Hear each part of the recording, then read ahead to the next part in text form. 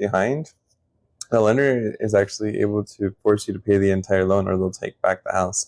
That's actually an interesting clause that you have in it.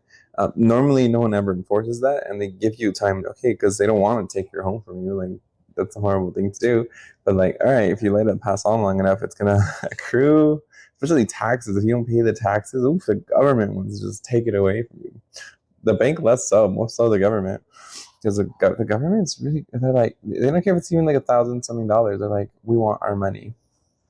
And so there will be like sometimes homes will foreclose purely because people didn't pay the taxes. And so I've had clients who bought homes for like these really, really nice $100,000, like hundreds of thousands of dollars worth of homes for like a couple thousand or 4,000 or 10,000.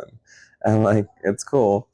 But that's usually at auction. So when your house forecloses, it goes to this thing at auction. So at City Hall, your house gets posted, the address, details of the house.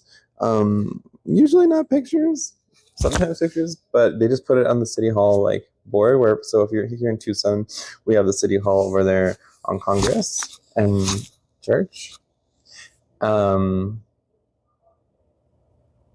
Stone or Church, one of the two. And yeah, so right there on Congress, right where the Supreme Court is, there's a City Hall right there on the first floor, and they have all these posts of like these homes are about to foreclose. And literally at the steps of City Hall, people just announce these homes, and whoever wants them, they buy them. And then if it doesn't sell at auction, then it becomes a real estate owned property, an REO. So now the lender owns it. So now the bank is selling. So Fannie Mae, or the HUD, which is the Housing and Urban Development, now owns the property. And one of the cool things that I learned about it is that even if it's owned by HUD or Fannie Mae, they will still pay the 3% commission for your realtor. So we come in and we argue and negotiate on your behalf. We can still argue for price reductions. We can argue for concessions. We can argue, they don't pay closing costs, but they will pay for concessions. So if you need help with your loan, they'll do it, and they'll still pay your realtor 3%. And usually they'll have a realtor as well represent them.